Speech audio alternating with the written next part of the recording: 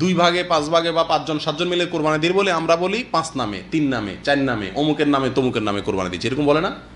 এই ছাগলটা কার নামে দিবা? আব্বার নামে দিব। ওইটা কার নামে দিবা? আম্মার নামে দিব, এরকম বলি না আমরা? বা এই গরুটা কয় ভাগে হবে, কয় নামে হবে? বলে পাঁচ নামে হবে, তিন নামে হবে। এই কথাটা বলার ভুল, যদিও বলার ভুল, এখানে বড় কোনো সমস্যা নেই, নিয়ত সাফ আছে, তারপরেও এই ভুলটা আমাদের সংশোধন করা উচিত।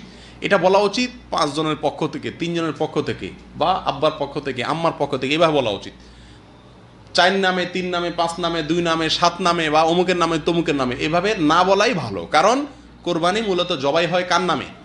আল্লাহর নামে, এক নামে, এবং সেটা হলো আল্লাহর নাম। অতএব চার নাম, পাঁচ নাম, সাত নামে কথাটা কি না? সঠিক না।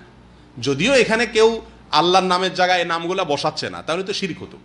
অতএব সেই হিসাবে এটা বললে শিরক হবে না, কিন্তু এটা বলার ভুল, এটা পরিহার করা উচিত। আমরা পাঁচ নামে, তিন নামে, সাত নামে, আমার নামে, তোমার নামে কোরবানি দিচ্ছি, এটা না বলে আমরা বলবো পাঁচজনের পক্ষ থেকে, তিনজনের পক্ষ থেকে, সাতজনের পক্ষ থেকে, আমার পক্ষ থেকে, তোমার পক্ষ থেকে, এই পক্ষ থেকে বা অমুক এত ভাগে, এইভাবে কোরবানি দিচ্ছি, এই কথাটা বলা উচিত, নামে না বলে।